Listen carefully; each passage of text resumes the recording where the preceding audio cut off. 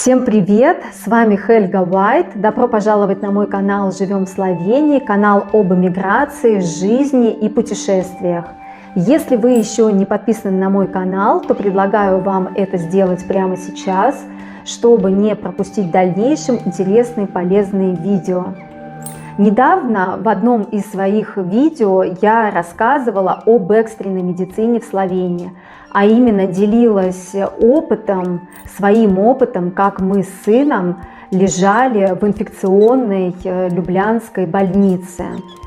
И многие, посмотрев это мое видео, сделали, может быть, не совсем правильные выводы. Вы могли подумать, что в Словении просто отличная ситуация в здравоохранении, что здесь очень хорошие отношения, очень хорошие классные больницы. Да, это действительно так, но сегодня я хочу поговорить не об экстренной медицине, не о больницах, а о превентивной медицине. О медицине, к которой вы будете обращаться чаще всего в своей жизни. То есть о медицине, которая находится где? В поликлинике, куда вы обычно обращаетесь за помощью. Вот здесь вот начинается очень много сложностей с самого начала. Для того, чтобы вам воспользоваться медициной, вам нужен терапевт. Для начала, даже еще до терапевта, вам нужна страховая медицинская карточка. В Словении, наверняка для вас это не секрет, так же как и во всей Европе, медицина платная. Работающий человек оплачивает со своей зарплаты ежемесячно 154 евро за медицинское обслуживание. Это мы еще не говорим о дополнительном медицинском страховании, потому что многие люди, помимо базовой страховки, вот этой вот за 154 евро в месяц, дополнительно еще оплачивают сверху дополнительную страховку. Например, вот наша семья пользуется дополнительной страховкой, чтобы ты потом при приеме не доплачивал за лекарства, чтобы у тебя как-то все... Мало ли чего, какой-то форс-мажор, и понадобятся, не дай бог, дорогие, дорогостоящие лекарства, чтобы тебе потом не доплачивать, легче к этим 154 евро еще доплатить ежемесячно порядка 35 евро сверху, но чтобы у тебя в дальнейшем было просто меньше проблем. После того, как вы переехали, получили страховку, устроились на работу или создали свой бизнес, вам необходимо прикрепиться к врачу. В Словении прикрепляются не к поликлинике, не по адресу, а именно конкретно к врачу.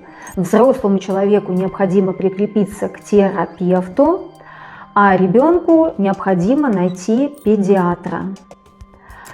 Но тут начинаются очень большие проблемы, так как в Словении большой дефицит врачей.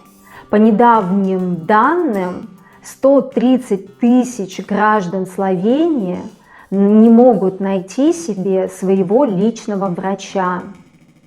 У каждого терапевта свой лимит пациентов, и больше этого лимита врач не может себе позволить. И вам нужно найти именно врача, который еще принимает новых пациентов. Для этого вам нужно зайти на сайт городской поликлиники и посмотреть список врачей, у которых есть возможность принять новых пациентов. Но, к сожалению, зачастую вы можете обнаружить, что все абсолютно врачи заняты. И так как они заняты, получается, вы остаетесь без врача. По сути, без медицинского обслуживания.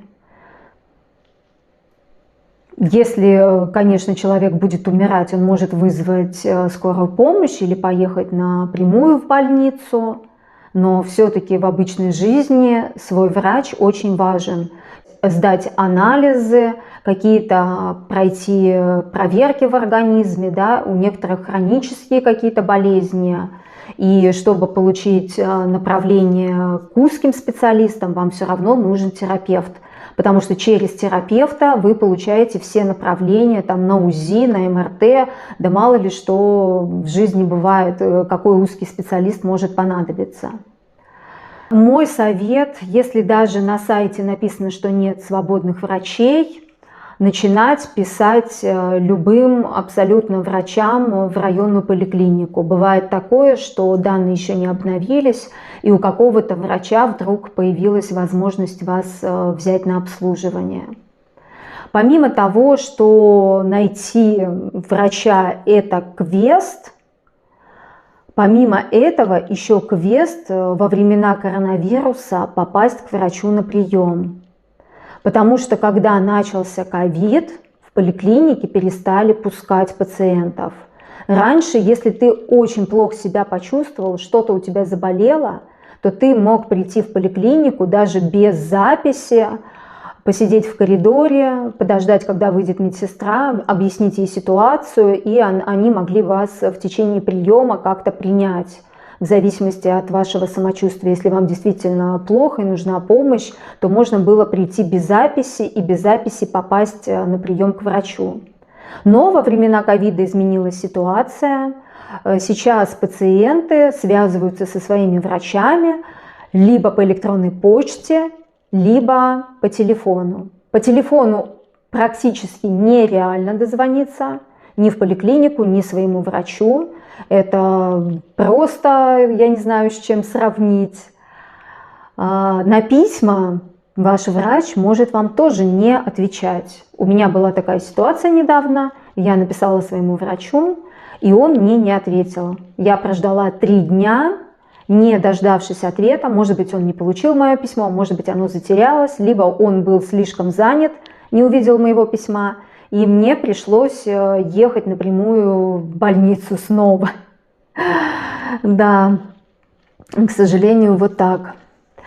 Дальше еще какая сложность. Бывает так, что врач увольняется, или врач уходит на пенсию, или врач, не дай бог, умирает. И тогда все его пациенты остаются абсолютно без врача. То есть поликлиника, она никак не утруждает себя, это не ее заботы, искать пациентам новых врачей. Им это не в их компетенции. И вы можете получить письмо, например, от своего врача, как получила одна очень известная дама в Словении, известный психиатр и педиатр Аница Микушкос. Она получила в свои 86 лет, она врач уже на пенсии, в преклонном возрасте, она получила письмо от своего терапевта, что: дорогая Анна, я больше не работаю в этой поликлинике, и ищите, пожалуйста, нового врача. И вы представляете, женщине 86 лет, она должна была искать нового врача. И она поделилась своим опытом в итоге, написав в СМИ открытое письмо. И рассказала о своей истории, что она, Анна Микушкос, заслуженный вообще-то психиатр и педиатр Словении, женщина в возрасте, на заслуженном пенсионном отдыхе, осталась без врача. Хорошо, она женщина, которая знакома все-таки с интернетом, она имеет электронную почту, она начала писать, она начала искать. Получилась такая ситуация, что в Любляне нету свободных врачей. Она подключила свои связи, она подключила своих родственников, они все искали ей врача. Врача найти ей не могли. И в итоге кто-то ей посоветовал обратиться в такую организацию, Pro Bono она называется, которая обслуживает, которая помогает решить медицинские проблемы людям, у которых нету совершенно медицинской страховки. То есть это бомжи, какие-то нелегалы, там, люди с трудной судьбой, да, у которых остались абсолютно без страховки. И это заслуженная женщина на пенсии, заслуженный специалист, которая всю жизнь работала в Словении, сама часть славянского здравоохранения, ей предложили обратиться в организацию, которая обслуживает людей без страховки. Но логически, конечно, она сказала, почему я, человек, который всю жизнь платил за страховку, платил налоги, делал вот эти все отчисления, какие были необходимы, да, почему я должна обращаться в эту организацию и занимать там чье-то место, когда там люди могут быть действительно, да, без страховки, и им очень-очень нужна медицинская помощь. В итоге, конечно, всем миром подключились, всей Словении, и такому уважаемому человеку все-таки нашли врача. Но она написала открытое письмо, в котором обращается к правительству и говорит о проблеме в славянской медицине. О том, что хорошо, у меня есть связи, хорошо, у меня есть интернет, хорошо, у меня есть родственники. А если человек пожилой, одинокий, живет один, интернетом не пользуется, как он должен, где он должен найти силы и как он должен совершить все эти действия, чтобы найти в себе врача. То есть вот здесь вот очень такая неприятная ситуация. Помимо этого, славянское, видимо, здравоохранение не в силах расширить штат врачей, не в силах увеличить рабочие места для врачей, не в силах взять на работу иностранцев. Я знаю очень много русских специалистов, да, которые имеют медицинское образование российское, да, они подтвердили даже дипломы, свою квалификацию подтвердили, но зачастую все упирается в то, что к ним нереально высокие требования по языку. От них требуют, чтобы они могли разговаривать как носители языка. И из-за этого они не могут устроиться в систему славянского здравоохранения. Вот такой минус тоже присутствует. Помимо этого, от того, что врачей мало, а пациентов много, по сути, спрос превышает предложение. И зачастую у медиков, вот у терапевтов на местах в поликлиниках не очень уважительное отношение складывается к своим пациентам. Знаю от своей достаточно близкой подруги, славянки, что у нее получилось недопонимание с врачом. И, конечно, не только у нее, я это, кстати, неоднократно уже слышала. Зачастую врач ее не понимает или не хочет понимать, не хочет давать ей направление на какие-то анализы, не хочет почему-то по каким-то причинам отказывается давать ей направление к узким специалистам, находит какие-то отговорки, чтобы человека не отправить. И, кстати, она хочет поменять врача, естественно, она поменять его не может, потому что она понимает, что врача не найти. Врач просто этим пользуется и говорит, что если я вас не устраиваю как врач-терапевт, пожалуйста, у нас с вами нету понимания, пожалуйста, дверь открыта, идите, ищите другого врача. То есть, понимаете, тут какая-то одна проблема тянет за собой другую проблему, третью проблему, и какая-то, понимаете, огромный получается пласт проблем.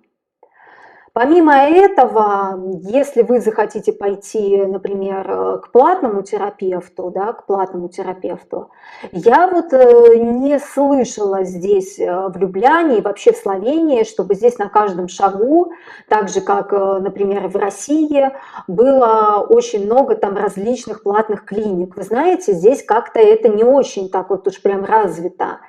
Еще хотела сказать такой момент. Очень много людей из стран бывшего СССР хотят переехать в Словению, в Европу. И зачастую они выбирают путь переезда по учебе. И очень многие переезжают, значит, по студенческой визе. Поступают здесь в различные учебные заведения. Зачастую даже переезжают одинокие матери, поступают в университет, переезжают со своими даже малолетними детьми. То есть так более, как сказать, более легко получить визу, более проще, пойдя здесь учиться. Если у тебя есть достаточно средств, ты можешь себе оплатить учебу, кстати, не дешевую учебу для иностранца. Ты можешь оплатить свое проживание, снимать жилье, оплачивать еду, дорогу, жизнь себя и ребенка. Но, знаете, студенты забывают о том, что им нужна полноценная страховка. Они об этом забывают. Как правило, они себе для учебы делают обычную страховку, знаете, как туристическая, как выезжающих за рубеж. А эта страховка, она мало что оплачивает, понимаете? Да, понятно, что переезжают, может быть, учиться все-таки не старые люди, они надеются на свое здоровье, они не думают о проблемах, они покупают себе самую-самую дешевую страховку. И в итоге у них самый-самый минимум. А ситуации все-таки в жизни бывают разные. Студентка, например, может забеременеть, а с туристической страховкой медицинской у нее не будет доступа ни до терапевта, ни к гинекологу, ни к каким-то узким специалистам, ни к УЗИ. И ей придется оплачивать это все из своего кармана. Вот студенты об этом зачастую не думают. Не думают о том, что их дети, которых они с собой перевозят сюда, которые идут в школу, что с этой страховкой выезжающих за рубеж, не дай бог, что случится, все придется оплачивать отдельно. Конечно, никакому студенту не хочется взять 154 евро, да, из бюджета. Так что на будущее имейте в виду, что обязательно нужно все-таки, я считаю, не поскупиться и сделать себе обязательно хорошую медицинскую страховку, потому что здоровье, дорогие мои, это все-таки самое важное, что у вас есть. Поэтому желаю вам здоровья, чтобы вы не болели. Если мое видео было для вас полезным, то ставьте, пожалуйста, лайк и не забывайте подписываться на канал. Все, всем пока!